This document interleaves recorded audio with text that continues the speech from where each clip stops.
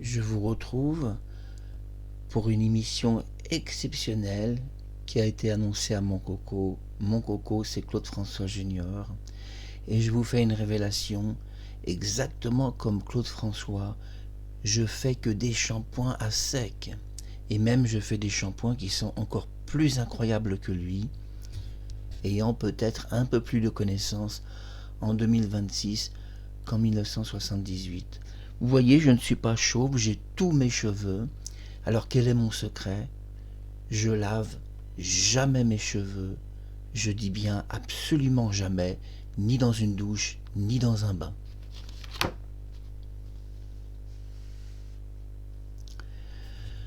Je vous retrouve pour une nouvelle vidéo. Ça me fait énormément plaisir parce que j'ai reçu du courrier sur ma Gmail. Alors je remercie Monsieur Garcia, Franck, David et puis toutes les autres personnes. Oui, la caméra clignote, c'est pas grave. Que de joie et de bonheur de lire vos lettres, où j'ai reçu des lettres très intéressantes, comme par exemple, j'ai lu qu'un ancien secrétaire de Claude avait fait une publication dans la presse, Presse People, et il expliquait qu'il ne comprenait pas la mort de Claude François électrocuté. Il ne comprenait pas, puisque il avait visité sa salle de bain et il n'avait même pas vu une seule prise de courant dans la salle de bain. Même pas une seule. Non, même pas une prise pour se raser le matin. Claude utilisait des rallonges pour ou s'éclairer dans sa salle de bain ou se raser. Bien qu'en réalité, il y avait tout de même 2 appliques dans la salle de bain sur le côté droite et gauche du lavabo, expliquera Jacques Harvey 3 jours avant la mort de Claude François. La dernière fois, tout le monde a vu une note de service de Claude François très inédite. Et oui, elle n'a jamais été publiée par Fabien Lecoeuvre, ni par Mon Coco. Alors bonjour Claude François Junior, ce matin je t'ai envoyé un texto et je te dis que je pense à toi tous les jours. Et d'où vient cette note de service et qui l'a publiée? La note que vous avez vue dans la précédente émission a été publiée par François Diwo, ou Divo si vous préférez, dans Claude François Inconnu.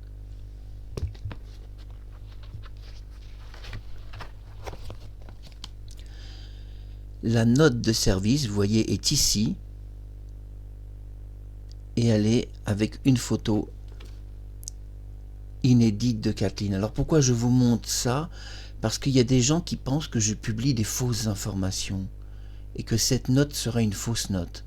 Non, c'est une vraie note de service qui a été faite par Claude François, une note qui prouve que Kathleen était une employée, travaillait donc pour son agence de mannequin et était très bien payée. Elle touchait entre 100 et 200 fois le salaire d'une Claudette. C'était à dire aussi. Les Claudettes étaient exploitées comparées à Kathleen. Les Claudettes avaient des forfaits de 500 francs pour 5 ou 6 personnes. Ça leur faisait 45 francs chacune. Mais ils considéraient, Claude, qu'un mannequin américain devait se payer au prix du dollar américain. Mais aujourd'hui, vous avez cliqué sur cette vidéo parce que vous avez envie d'en savoir plus sur la mort de Claude François, et vous savez, quelque part sans prétention, bien sûr, j'en sais suffisamment pour vous tenir encore plusieurs saisons. Et nous allons voir ça ensemble. Oui, je vais essayer de bien articuler ensemble. Nous allons d'abord commencer par un petit encadrement que j'ai préparé pour vous. Regardez bien sur votre droite. Nous voyons Kathleen, une photo prise après la mort de Claude François. D'ailleurs, elle est très jolie. Kathleen a toujours été très belle. C'est une très charismatique et belle américaine. Alors on m'a demandé si je truque ma caméra ou si je suis réellement comme ça. Alors je n'utilise aucun artifice. Je suis réellement comme ça. Je me maquille même pas. J'utilise une caméra donc qui est HD et qui reproduit jusqu'à 6 ou 7 millions de pixelisation de peau. Donc vous me voyez exactement identique à la réalité. Je triche pas, je ne triche jamais. J'en ai pas besoin, regardez, je suis resté, voyez, bien, j'ai pas de rides, tout va bien, je me sens bien, je me sens jeune, parce que quelque part je suis jeune. En tous les cas, on dit qu'on est jeune surtout par l'esprit d'abord, et je crois que c'est vrai. Le corps suit plus facilement un esprit fort. On voit Kathleen, donc une belle fille, une américaine, qui était une compagne, c'est-à-dire une fille qui était censée être la fiancée officielle de Claude François. Tout ça est à prendre avec beaucoup de recul, puisque François Diwo, donc Divo si vous préférez, nous dit tout le contraire dans son livre, où elle n'était évidemment qu'une simple employée de Claude François, mais quand même pas si simple que ça, puisque Claude explique que c'est le super mannequin et elle doit être payée pratiquement au prix où il est payé. D'ailleurs, il fait un peu d'arrogance avec son histoire de Coca-Cola, d'une photo qui se vendrait 100 millions. Eh bien, si Claude avait vendu une photo à 100 millions à Coca, on le saurait et il aurait payé ses dettes fiscales. Donc, c'est pas si vrai. Mais c'était son humour, on le savait, un peu provocateur d'ailleurs dans ses bureaux. J'ai donc préparé une en-tête, regardez bien, sur le côté droite, où nous voyons la très belle Kathleen, habillée de blanc. D'ailleurs, regardez, je suis habillé de blanc. Et nous voyons à côté une fille habillée de noir, qui est la très belle aussi et charismatique Marie-Thérèse, que j'aime beaucoup d'ailleurs. Je considère que Marie-Thérèse est un petit peu plus belle que Kathleen. Bon, on le voit même sur la photo. D'ailleurs, regardez bien, Kathleen a un visage peut-être trop mannequin. C'est-à-dire que les mannequins ont un visage qui est trop semblables les unes des autres, elles se ressemblent toutes. Si vous ouvrez la presse People, tous les mannequins se ressemblent absolument toutes. Elles ont une certaine faciale, faciès si vous préférez, elles ont un poids, elles ont une taille, et quelque part peut-être c'est un modelage qui est le moule unique, qui est peut-être pas l'idéal. Et peut-être que la différence justement c'est un peu d'imprécision, un peu de chair, un peu de contour, de peau, et une fille pas forcément bien coiffée. Nous voyons donc Marie-Thérèse qui possède tout ça, des petites imperfections, et pourtant elle est, selon moi, plus belle que Kathleen au niveau visage, par rapport à la même époque. Nous voyons en dessous, regardez bien, oh pardon, là, à chaque fois je me fais avoir par la caméra, et pourtant la caméra est du bon côté, elle est à l'endroit, et vous voyez ici, nous voyons donc un panneau sens interdit. Vous allez dire, Marc Harriman, tu fais des jeux dans cette émission, on met un peu de la bonne humeur. Oui, il y a un panneau sens interdit, en fait c'est la personne mystérieuse de l'appartement. Vous savez que dans l'appartement de Claude François, il y avait plusieurs personnes mystérieuses. On sait qu'il y avait les Favinettes, qu'il y avait une fille de 15 ans qui a téléphoné à Marie-Josée pour expliquer que Claude avait fait une chute dans sa salle de bain, et ne parle pas du tout d'une applique, ni même d'une électrocution.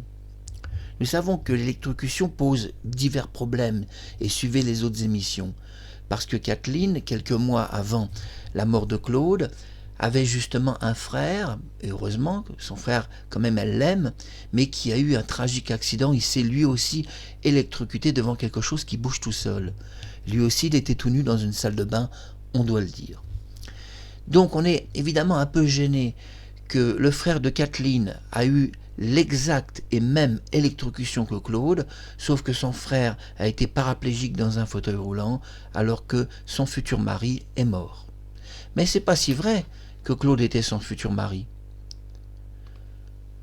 François Diwo, donc on peut se prononcer aussi Divo, a publié une note non censurée, intégrale, et les notes de Claude sont longues généralement. Et on a été étonné ces dernières années de voir des notes de service très petites, très courtes. Il y a de la censure quand même. Mais là, avec François Diwo, pas de censure. Et dans la note, Claude parle même de sa carte de sécurité sociale. Elle doit être à jour parce que les autres mannequins rencontrent-ils le même problème, m'explique-t-il. Et donc c'était important de le dire. Ce qui nous intéresse, nous, c'est les personnes qui sont majeures dans l'appartement. Oui, on pourrait parler des hommes, Hein. D'ailleurs, je salue Nanti Clo-Clo, bonjour, parce que j'ai vu avec plaisir que la photo de Jacques Harvey qu'on a publiée s'est retrouvée sur votre compte et ça m'a fait plaisir que le nom de Jacques Harvey soit précisé parce que c'était le photographe officiel de Claude qui a révélé ses 2 enfants. Et ça m'a beaucoup touché, Nanti Clo-Clo, d'avoir vu que cette photo, eh bien, vous l'avez prise comme c'était autorisé, puisque nous avons dit prenez cette photo, vous pouvez tous la prendre, mais vous avez eu la gentillesse, la délicatesse de donner le nom de Jacques Harvey. D'ailleurs, je vous ai mis un petit mot pour vous remercier. Oui, il y a des gens très bien quand même qui font bien les choses, qui se moquent pas du monde, et je vois que Nanti Clo-Clo, quand même une bonne personne, je suis un peu rassuré. Donc bonjour à la capitaine des Claudettes, je ne voudrais pas t'oublier, bonjour Sylvia Borg, qu'on dit Dany, et bonjour à Claude François Junior et à Jean-Marc, à tous et à tous ceux qui nous suivent, bonjour. Mais maintenant, l'émission commence, on a fait un peu les présentations, comme à chaque fois. J'ai un peu précisé d'où venait ma source d'information pour la note de service publiée dans la précédente émission. Il était important quand même de clarifier les choses, que vous voyez que ce sont des vraies informations. Je ne me moque pas de vous, je ne prépare pas des entourloupettes. Je suis honnête avec vous et c'est très important pour moi justement d'avoir cette honnêteté là où tant d'années, dans la mort de Claude François, les gens ont manqué d'honnêteté. C'est-à-dire que on doit dire la vérité. Et c'est le titre de cette émission, la peur. Oui, la peur. C'est le gros problème des femmes, et on ne les critique pas, parce que les femmes quand même sont heureusement les gardiens des hommes et nous apportent beaucoup de joie, de plaisir et de bonheur. Mais les femmes ont un petit point faible, toutes les femmes, ce point faible, c'est la peur. Les filles ont peur. J'ai remarqué dans ma vie, je croise des filles un peu partout, je leur dis bonjour, elles ont peur un petit peu de tout, et comme on est dans un monde de plus en plus compliqué, difficile, sauvage, les gens ont encore plus peur. Les femmes ont un petit point faible que certains hommes n'ont pas, elles ont peur. Et c'est cette peur qui va faire que une personne était dans le domicile, une femme d'un certain âge, dont nous allons commencer par donner ses initiales, G, je n'ai pas dit J comme Jean, j'ai dit G et L. Donc nous allons l'appeler pendant toute cette émission GL, et vers la fin, je vais révéler son identité et l'appeler par son prénom et son nom de famille. GL avait rencontré Claude François en 1974. À cette époque-là, elle était enceinte. Pas de lui, je vous rassure. Oui, heureusement, il les a quand même pas toutes mis enceintes. Ça va vous faire rire, mais bon. Non, elle était enceinte de son amoureux, Monsieur Villeneuve, avec qui elle sortait, elle était bien avec lui, elle était heureuse. D'ailleurs, elle venait de se marier en 1974 avec Monsieur Villeneuve. Donc on l'appelle GL, cette dame. Et Claude cherchait une vraie attachée de presse, c'est-à-dire quelqu'un de professionnel qui connaît bien le métier. À cette époque-là, de toute façon, il ne connaissait pas Marie-Thérèse. Et comme il n'a jamais renvoyé GL, c'est le nom qu'on lui donne pour le moment, il était évident de toute façon qu'elle était en 1978 toujours son attachée de presse officielle. Mais vous allez me dire, Marie-Thérèse, le jour de la mort de Claude, se dit l'attachée de presse. Alors, je précise, Marie-Thérèse est une sous-attachée de presse de Claude François, qui a pratiquement toutes les fonctions d'une attachée de presse, mais pas jusqu'à un certain niveau. Jusqu'à un certain niveau, absolument pas. Alors, quel genre de niveau tout d'abord? GL, cette femme dont je vais révéler qu'elle était dans l'appartement avec les 2 autres filles, GL, en 1974, rencontre Claude, il lui propose un travail. Mais au départ, elle refuse. Déjà parce qu'elle est enceinte et que ça ne l'arrange pas, donc elle va refuser ce travail. Pourtant, ça l'intéresse de travailler avec Claude François, c'est pas n'importe qui, Claude. À cette époque-là, même Lino Ventura l'appréciait beaucoup, jusqu'au jour où il a été déçu, mais tout ça aurait pu s'arranger à l'amiable, par des discussions, par le dialogue. Alors, pendant quelques jours, elle lui dit non, et puis soudain, GL, c'est le nom qu'on lui donne pour le moment, retéléphone à Claude et lui dit: j'ai réfléchi à votre proposition, je vais accoucher, mais j'accepte le poste d'attaché de presse. Claude était ravi d'avoir une attachée de presse qui était enceinte, et pas de lui pour faire un peu d'humour, mais de monsieur Villeneuve, et en plus qui venait de se marier. Oui, parfois il arrivait à Claude de donner un travail à des femmes qui se marient, qui sont casées, qui sont des mères de famille et qui attendent même un enfant. Ne croyez pas qu'il donnait du travail qu'à des petites pucelles, hein, pour faire un peu d'humour. Et donc, elle prend le travail le 10 juin, et le 12 juin, incroyable mais vrai, elle accouche de son bébé. C'était pas prévu qu'elle accouche le 12 juin. Non, c'était pas prévu. C'est venu d'un coup. Et elle a accouché. Et donc Claude François est devenu le parrain de cet enfant. Excusez-moi si ça clignote un peu. Claude François est devenu le parrain de cet enfant, sans en être le père, c'est déjà pas mal, pour justement proposer ce travail à GL, qui en avait tant besoin, en plus avec un enfant qui venait au monde. C'est comme ça qu'ils se sont rencontrés. Et puis, deux années ont passé, il y a eu un problème avec le fameux journal Absolu. Claude a caché beaucoup de choses dans ce journal qui n'ont jamais été révélées. Il y a eu plusieurs convocations au ministère, et donc GL s'est rendu à la place de Claude François. Et il y a eu 1 millier de plaintes, de gens qui ont porté plainte contre Claude François. Donc ils ont porté plainte jusqu'au ministère afin que Claude soit incarcéré, mis en prison au plus tôt. Ils considéraient que le journal Absolu était un journal pornographique. La première fois que GL est convoquée, elle est convoquée auprès de Michel Piolonski, enfin un nom comme ça, excusez-moi, je cherche son nom. En tout cas, il s'appelait Michel, il était ministre de 1974 à 1977. Et Michel, donc, lui dit, le ministre: bon, ce qu'on va faire, c'est qu'il y a quand même pas mal de plaintes. Vous allez dire à Claude que Claude François, il enlève son nom, et pour son journal Absolu, il va choisir un pseudonyme. On commence par ça, et puis on verra la suite. Mais malheureusement, quelque temps plus tard, les plaintes continuent d'arriver. À un tel point que, eh bien, malgré les belles photos de Brigitte Bardot qu'il y avait dans le journal Absolu, qui était censé un peu relancer le journal pour dire, voyez, c'est tout public finalement. Eh bien, malgré ça, le ministre reconvoque et cette fois-ci dit, on arrête le journal. Et donc GL va expliquer à Claude qu'il aurait dû y aller lui-même, se défendre lui-même, et qu'on ne peut plus continuer Absolu. C'était à dire. Mais Claude n'a pas su se défendre. Pourquoi ? Parce que qu'est-ce qui a été caché dans le journal Absolu ? Alors, je vais vous expliquer, sinon vous n'allez pas comprendre.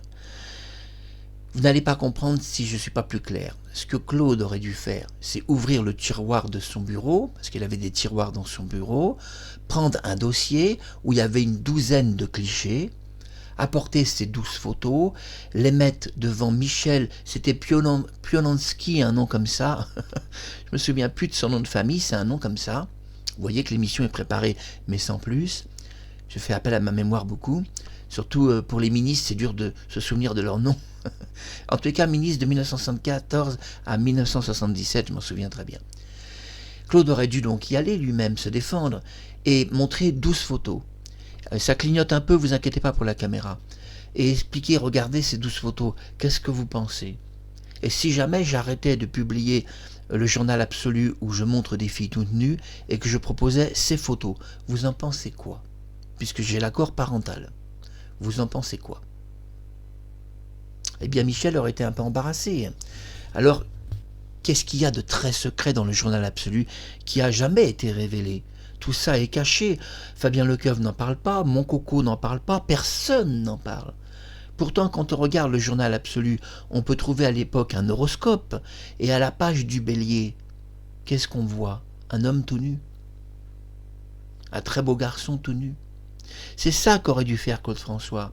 C'est aller avec 12 photos et montrer 12 hommes à poil.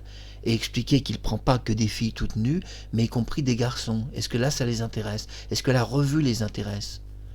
Et c'est ça qu'il aurait dû faire. Un Absolu spécial garçon, pour un numéro où il n'y a que ça dedans, et venir avec ce journal le mettre devant le ministre. Eh bien, croyez-moi, s'il avait proposé des garçons tout nus, le ministère aurait jamais interdit son journal absolu. Mais c'est comme ça que GL s'est retrouvée en tant que véritable attachée de presse de Claude-François. C'est elle qui s'occupait de tout. Et Marie-Thérèse, qui arrive dans la vie de Claude-François un peu plus tard, en 1975, c'est-à-dire presque au même moment quand même, mais un an après, elle se retrouve en fait pas vraiment son attachée de presse, mais une sous-attachée de presse. C'est-à-dire qu'elle n'a pas toutes les capacités, toutes les fonctions pour répondre à des courriers ministériels, à des plaintes de police. Parce que ce que vous ne savez pas qui a été caché, dans le journal Absolu, il y a eu des plaintes ministérielles. Des parents et des gens qui ont vu le magazine Absolu. Il y a eu des plaintes à la police et des plaintes à la police des mineurs. GL a été convoqué à la police des mineurs. Ça, vous ne le savez pas. Tout ça, ça a été caché et ça n'a jamais été révélé par personne. Et quand je donnerai le nom de GL à la fin, si vous la connaissez, téléphonez-lui et elle vous certifiera qu'elle a été convoquée à la police des mineurs. Et oui, l'affaire avait été très très loin, beaucoup plus loin que ce qui reste aujourd'hui de l'histoire. Une histoire très censurée sur Claude-François, sa vie est très censurée. La police des mineurs convoquait Claude-François après des milliers de plaintes. Était-il un pornographe, un pédophile, pourquoi pas, ou toutes sortes d'autres choses. Il était accusé de tout par les gens qui ont porté plainte. Il y avait des lettres où il disait qu'il était un pédophile, d'autres c'était un pornographe, d'autres c'était un sadique, un vicieux, un malade mental. Ils ont reçu des lettres, mais terribles, on pourrait même pas les lire, tellement que c'est affreux, toutes les lettres que les gens ont envoyées, et puis aussi se déverse la haine des gens, parce que les gens sont haineux. D'ailleurs, Claude avait dit, s'il continue de m'emmerder, il l'avait dit à Geneviève Leroy, il n'y aura pas de Claude-François en France dans 2 ou 3 ans, j'arrête tout, je me casse à l'étranger. Et il avait dit aussi à son avocat. À son avocat, il avait dit, j'ai été condamné à 6 mois de sursis avec prison pour l'affaire des fraudes fiscales, mais si ça recommence, je n'irai pas en prison, je me casse à l'étranger. C'est ce qu'il avait dit. En réalité, ce qui n'a jamais été révélé pour les fraudes fiscales, que moi je vous révèle, c'est très très très secret. En vérité, c'est sa sœur qui a fait pratiquement toutes les fraudes fiscales. C'est sa sœur. Parce que c'était elle, le véritable gérant de ces affaires. Ça a été très caché. Ça, personne ne devait en parler. Et Claude-François Junior, tu le sais pas, ça, mon coco. Tu le sais pas, ça n'a jamais été dit. C'est la sœur de Claude-François qui était la gérante, qui a fait pratiquement tous les escroqueries. Elle a tout fait. Mais elle l'a fait parce qu'elle aimait son frère. Et qu'elle ne voulait pas que ce soit lui qui prenne le risque. C'est elle qui a fait toutes les gérances. Et d'ailleurs, quand elle était dans le tribunal, puisqu'elle était à un moment donné convoquée, les juges lui ont dit « On vous soupçonne, Madame Marie-Josée, on vous soupçonne d'avoir fait vous-même cette gérance de biens et d'avoir finalement vous-même détourné cet argent fiscal du fisc que votre frère aurait dû payer. » Et alors, comme elle était soupçonnée, sa sœur, il a pris tout sur lui. Il a dit à son avocat, on doit décharger ma sœur, mettez tout sur moi, je m'en fous même si je suis condamné. Et il a été condamné à 6 mois de prison avec sursis. Il a quand même été assez humble, hein. 6 mois, c'est raisonnable. C'est le minimum en France. C'est le minimum. Bon, 6 mois, c'est raisonnable. Mais c'était sa sœur, Marie-Josée. Et tu vois, tu vas me dire, tu ne devrais pas révéler ça, c'est très secret. Alors je te dirais, Marie-Josée, il n'est pas question sur la mort de Claude-François que toi, ou les Claudettes, ou tous les gens, vous me pigeonnez, moi. Moi, on ne me pigeonne pas. Vous pouvez pigeonner la France, vous pouvez mentir à Dieu, vous pouvez pigeonner Dieu, mais moi, on ne me pigeonne pas. Et je crois que les gens en ont marre. Et beaucoup de gens sentent qu'il s'est passé quelque chose. D'ailleurs, j'ai reçu des lettres sur ma Gmail. Tous les gens disent qu'il y a un problème sur la mort de Claude-François, ils ont vu ces émissions, ils disent tous qu'ils reconnaissent maintenant qu'il y a un problème. Vous voyez, avant, mais là ils reconnaissent. Et là j'ai reçu justement une superbe lettre d'une personne, pas que d'une, hein, beaucoup, hein, mais une de ces personnes me disait regardez ce lien, un ancien secrétaire explique que Claude n'avait même pas une prise de courant dans sa salle de bain, alors on est étonné qu'il se soit électrocuté puisqu'il n'avait même pas une prise de courant. C'était à dire. Et il utilisait des rallonges. Alors, qu'est-ce qui a été caché? Alors tout d'abord, on parle de GL. Je ne donne pas son nom pour le moment. GL, c'est la photo mystérieuse qui va être révélée à la fin de l'émission. GL le jour de la mort de Claude François, arrive devant son ami de journaliste d'Antenne 2. Elle lui sourit, elle discute un peu, et puis elle dit je viens de quitter Claude François, et il lui dit comment ça t'as quitté Claude François, il y a combien de temps? Ben, elle dit il y a quelques minutes, pourquoi? Ah bon? Il dit tu n'as pas entendu la nouvelle, Claude François est mort. Alors GL explique, ah non, ça c'est... Il peut pas être mort, Claude, parce que je l'ai quitté il y a quelques minutes, il était en vie, hein, et donc il peut pas être mort, c'est impossible. J'étais avec lui il y a quelques minutes, explique-t-elle, comment il peut être mort? Voilà ce qu'elle dit à un ami journaliste d'Antenne 2. Puis, elle utilise le téléphone rouge du 46 boulevard Exelmans, parce que ça je ne l'avais pas révélé, mais Claude François avait un téléphone rouge, comme sa sœur. Puis elle appelle sur le téléphone rouge, et puis soudain un pompier décroche et lui dit effectivement Claude François est mort. Bien sûr, c'est une première anomalie. Pourquoi c'est une première anomalie dans ce que ce journaliste a expliqué. Pourquoi c'est une première anomalie? Parce que un pompier répond jamais au téléphone et ne donne jamais le dossier médical de quelqu'un, ni même n'annonce la mort de quelqu'un au téléphone. Un pompier ne fait jamais ça. Un pompier n'est pas une standardiste de téléphone. Et par rapport à Michel Plepper, nous savons que les pompiers sont restés que 8-10 minutes. Il y avait déjà plus personne. Donc comme elle avait quitté il y a quelques minutes, peut-être que par coup de chance, un pompier aurait pu décrocher le téléphone. Ça, c'est possible. Tout d'abord, on doit comprendre comment est fait cet appartement du 46 boulevard Exelmans.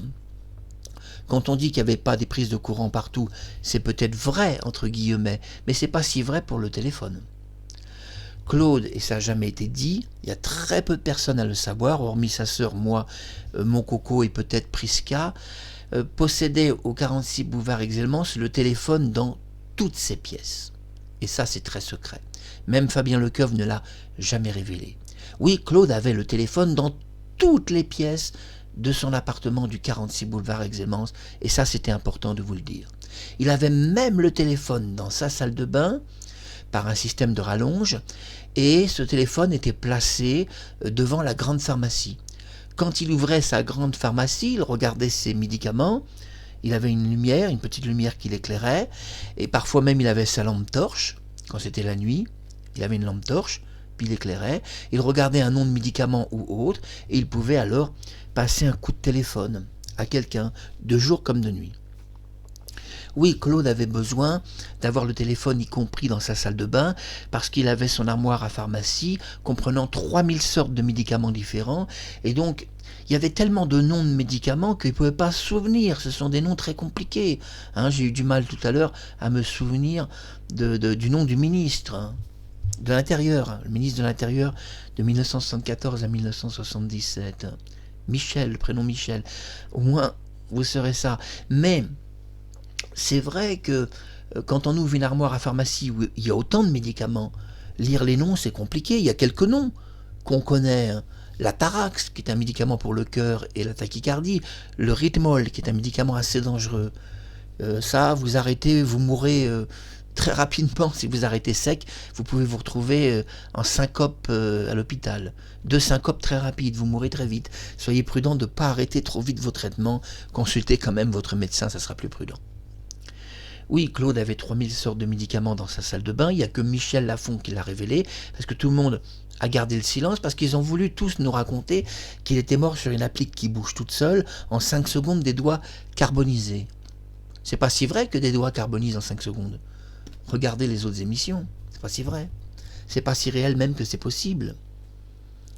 Donc, il avait sa lampe torche, il ouvrait sa pharmacie, une grande armoire, il avait son téléphone juste à côté, ou avec un tabouret de bar, ou posé sur une chaise, ou parfois même sur le sol de sa salle de bain. Ça lui arrivait, oui, que le téléphone soit posé à même le sol, par une rallonge. Il avait aussi le téléphone dans le moulin, une immense rallonge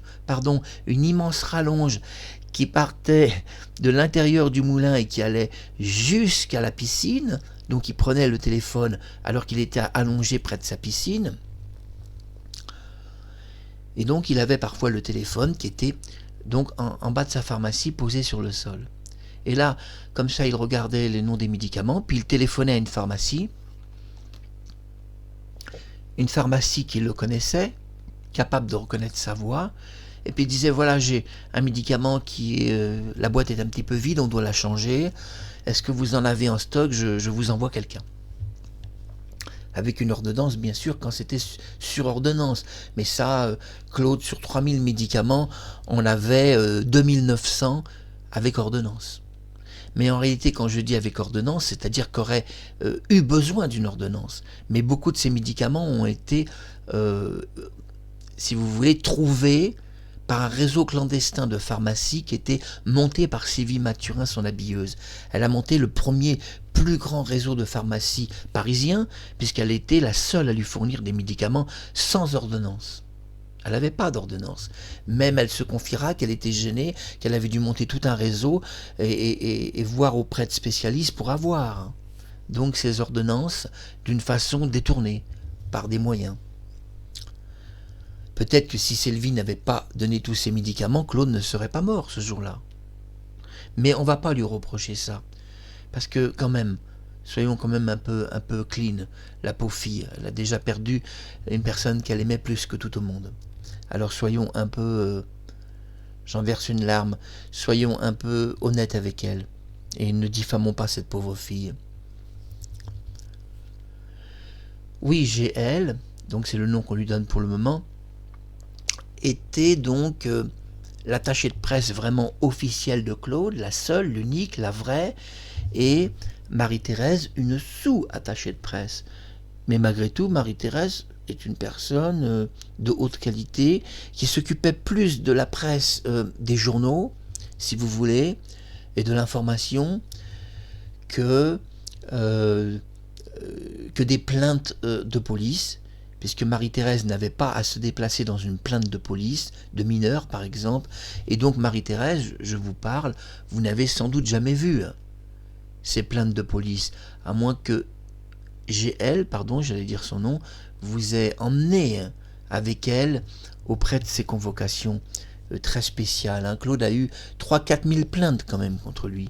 C'était assez sérieux, assez grave pour faire interdire le journal absolu. Mais au-delà de cela, le 11 mars 1978, c'est la peur. C'est ce que je disais, c'est le thème de l'émission, c'est la peur, c'est ce que j'explique à Claude François Junior. Ces femmes sont très belles, très, très charismatiques, mais elles ont peut-être un petit défaut féminin, et pardon pour les autres filles. Certaines filles n'ont pas peur, heureusement. Il y a des filles gendarmes, des filles militaires qui sont très loin d'avoir peur. Mais là, on est dans des filles qui vivent dans des villes urbaines, comme Paris, qui ont peur de se faire renverser par une voiture ou un train, et oui, un métro, tomber sur la rail d'un métro ou autre. Et ces filles ont peur. C'est parce qu'elles ont eu peur que Marie-Thérèse et Kathleen ont caché un troisième témoin très très important. Oui, oublions les favinettes, oublions le témoin qui était une jeune mineure, oublions les jeunes mineurs, on les met de côté parce que c'est pour d'autres émissions. Parlons du témoin qui est quand même important, quelqu'un qui travaille avec Claude François, GL, qui est la vraie attachée de presse de Claude. Tout d'abord, si on dit que Kathleen avait peur, c'est la vérité. Puisqu'elle tremblait de peur, pleurait, était même incapable de dire un mot de ce qui s'était passé, tellement qu'elle avait peur. Et heureusement qu'elle n'a pas donné sa version ce jour-là, parce que je crois que Marie-Thérèse n'aurait pas pu s'en sortir toute seule. Heureusement, Marie-Thérèse va être le seul témoin de la mort de Claude François, et finalement développer elle seule les deux versions, traduisant mot à mot ce que lui dirait Kathleen. Mais il est évident qu'il y a très peu de chances qu'elle ait traduit vraiment, je ne vais pas être méchant avec Marie-Thérèse, il y a très peu de chances qu'elle ait traduit le vrai témoignage. Non, parce que si elle avait traduit la vérité, elle aurait été obligée de dire à la police « Voilà, Kathleen m'a dit dans la cuisine que son frère s'était électrocuté exactement comme Claude François. » Le policier aurait dit « Stop, on vous arrête là, on va prendre Kathleen à part, on l'emmène au poste, on va discuter avec elle de son frère électrocuté exactement comme Claude François. »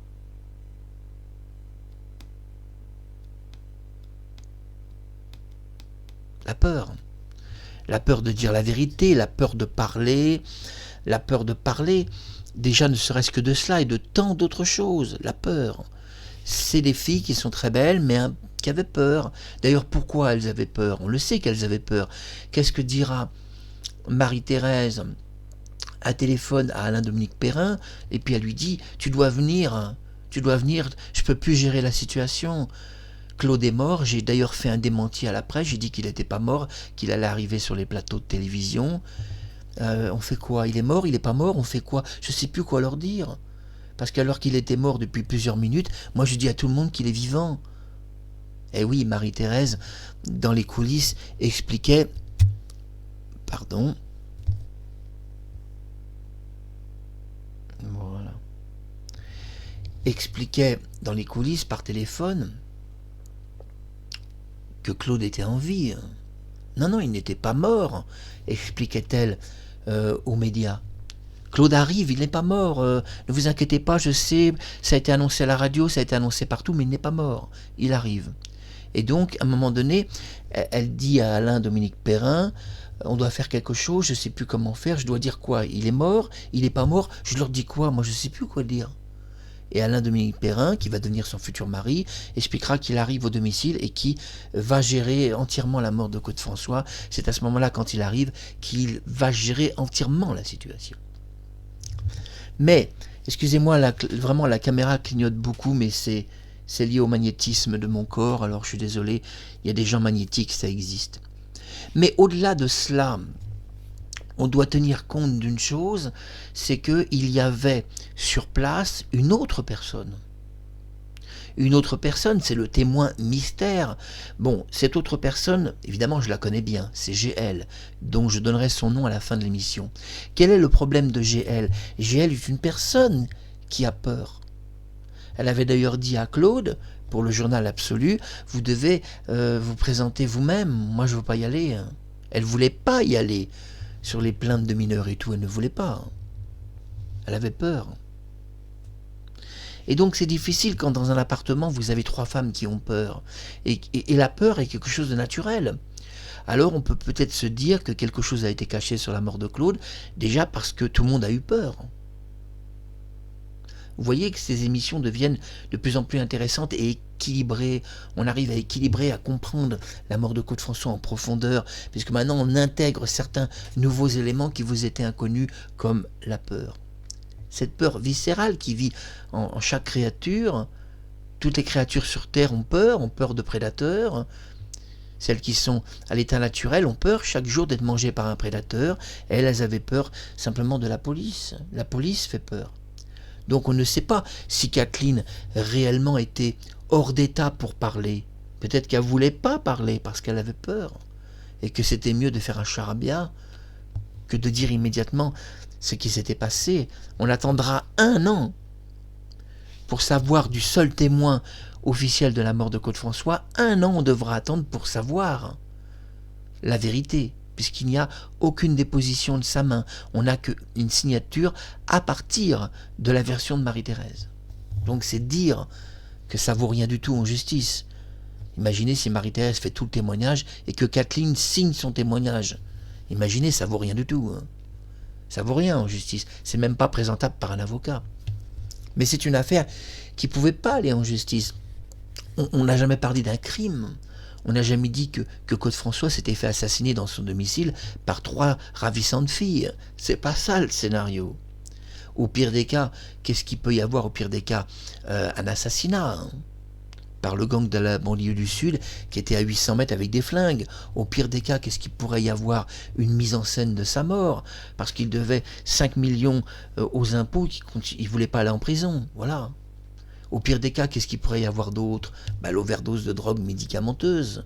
C'est un peu inavouable, mais c'est vrai que Danny Grohl, c'était la chanteuse. Danny Grohl trafiquait de la drogue. Et elle est arrivée dans les écuries. En 1976, Claude lui fait un contrat de 4 ans, jusqu'en 1980. Mais elle trafiquait beaucoup de drogue. Elle a eu 2 perquisitions de drogue. On ne peut pas savoir exactement quelle était l'influence de Danny Grohl, c'est-à-dire la chanteuse, sur Claude François, parce qu'elle trafiquait vraiment de la drogue dure, la cocaïne, l'héroïne. Il y avait de la drogue partout chez elle, des kilos et des kilos.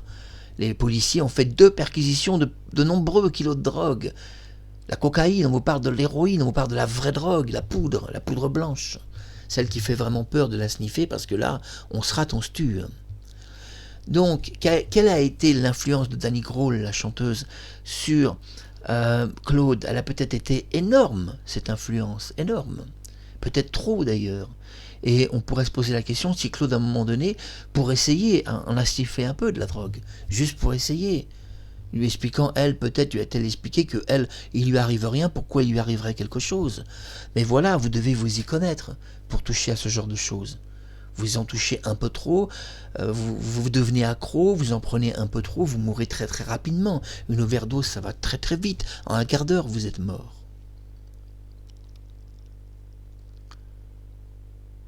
Et l'influence de Danny Grohl, la chanteuse, qui justement était partie à l'Eurovision avec l'écurie Claude François, on pourrait se poser la question si il n'y a pas eu une relation vraiment de drogue, cocaïne et héroïne, entre Claude et elle, puisque c'était son poulain, Danny Grohl. Claude François était son producteur. Et donc, on est étonné qu'un producteur ait un poulain où il y a de la cocaïne, des kilos et des kilos de cocaïne chez elle. On est étonné. On se pose la question, d'où vient toute cette cocaïne? Et si Claude a été mêlé pour des livraisons ou par bateau ou autre, puisqu'il avait des bateaux? A-t-il fait des livraisons de drogue, parfois même sans le savoir? Sans le savoir. Danny aurait pu lui dire on met un carton, 2 cartons, il aurait pu livrer de la drogue même sans le savoir. Mais vu certains films Super 8 comme le film de Sofia, on voit quand même que Claude, à un moment donné, disons, je dirais pas qu'il en a touché beaucoup, mais il a peut-être essayé du moins. Soyons polis avec lui. Et vers sa mémoire aussi, pensons à lui. Disons qu'il a peut-être essayé, sera plus honnête et choquera beaucoup moins les gens que dire qu'il en consommait. On doit toujours dans le verbe être juste, ne pas salir les gens, ne pas les diffamer, mais forcément, puisqu'il a eu une aventure sexuelle avec Danny Grohl, la chanteuse, il couchait avec elle. Il a été son amant plusieurs mois. Donc, comme il couchait avec elle, vivait dans son appartement avec elle, il ne peut pas avoir ignoré toute cette drogue, puisqu'il vivait et couchait avec elle. Forcément, il l'a vu cette drogue dans son appartement. Et pendant qu'ils faisaient l'amour de temps en temps ensemble, peut-être que Danny Grohl a proposé à Claude de toucher un peu à la cocaïne, pour sniffer un peu, pour goûter un peu, pour voir un peu si ça lui plairait. Il est évident que je pense que Claude a essayé. Moi, je ne dis pas qu'il a consommé, je dis qu'il a essayé. C'est une évidence pour moi. Mais c'est mon point de vue. Et beaucoup de gens ne partageront pas mon point de vue. Chacun son point de vue. Donc nous avons appris à connaître un peu GL, et puis maintenant, je vais maintenant dévoiler qui est cette personne, et nous continuons cette émission. Voilà la 3e personne mystérieuse dans l'appartement de Claude-François, 11 mars 1978. Voilà une personne dont le silence a été total pratiquement 40 ans. On a su quelques confidences d'elle, par Fabien Lecoeuvre, mais des confidences assez incomplètes. Marie-Thérèse n'a jamais révélé que Geneviève Leroy, mariée à M. Villeneuve en 1974, et qui a accouché un 12 juin, vous voyez que je suis précis dans les dates, avait été la seule et vraie attachée de presse de Claude-François, parce que ce jour-là, le 11 mars, et je le dis à Marie-Thérèse, le 11 mars, c'est qui la véritable attachée de presse de Claude-François? C'est Geneviève Leroy, c'est pas vous, Marie-Thérèse. Et qu'est-ce qui pose problème? Eh bien, c'est ce qu'elle a dit à son amie journaliste sur Antenne 2. Le 11 mars, elle se trouve sur Antenne 2 auprès d'un de ses amis qui donnait à l'époque le journal de 20h, donc c'était pas rien. Et elle lui dit, voilà, je viens de quitter Claude, là, il y a quelques minutes. Et lui dit, ça c'est impossible, tu dois te tromper parce que Claude est mort. Il s'est électrocuté, il est mort. Alors elle lui dit, non, ça peut pas être possible, je viens juste de le quitter il y a quelques minutes. Alors voyons son témoignage et analysons ça en détail. Tout d'abord, Claude est resté 10 minutes sur son lit de mort. plus 5 minutes de l'appel au généraliste, ça fait donc 15 minutes. Ensuite, on doit tenir compte que Marie-Thérèse a attendu 15 minutes devant un interphone, ça fait 30 minutes. On est étonné, alors que Geneviève Leroy explique à son ami journaliste, qui était présentateur d'Antenne 2, du journal de mort de Côte-François, lui explique qu'elle venait de quitter Claude il y a quelques minutes. Si on fait, si vous voulez, la chronologie temporelle des personnages, sur la chronologie temporelle des personnages, elle ne peut pas l'avoir quitté il y a quelques minutes, puisqu'il était sur son lit de mort 1. 2, au moins 15 minutes. 3, au moins 30 minutes. On doit tenir compte aussi de la chronologie temporelle du personnage Marie-Thérèse, qui est restée 15 minutes en bas de l'immeuble. Avec mes excuses si ça clignote un peu au niveau de la caméra, hein, pensez pas à ça. Donc, 30 minutes. Est-ce que sa déclaration est juste quand elle dit à son ami journaliste « Il y a quelques minutes, j'étais avec Claude ». Quand on sait que c'est impossible dans la chronologie temporelle des personnages, il se serait au moins écoulé une demi-heure. Alors moi, je vais croire qu'elle nous dit la vérité. Et dans ce cas-là, elle nous dit la vérité. Il y a quelques minutes, elle était avec Claude. Mais voilà, il n'était pas vivant. Il était mort. Et elle est partie donc du domicile. Elle est partie du domicile et n'a pas voulu être le troisième témoin de la mort de Côte-François, ce qui aurait peut-être été mieux. Et finalement, 2 filles vont se retrouver ensemble. C'est Marie-Thérèse et Kathleen. Ces 2 femmes vont se retrouver dans la mort de Côte-François un peu isolées, un peu seules.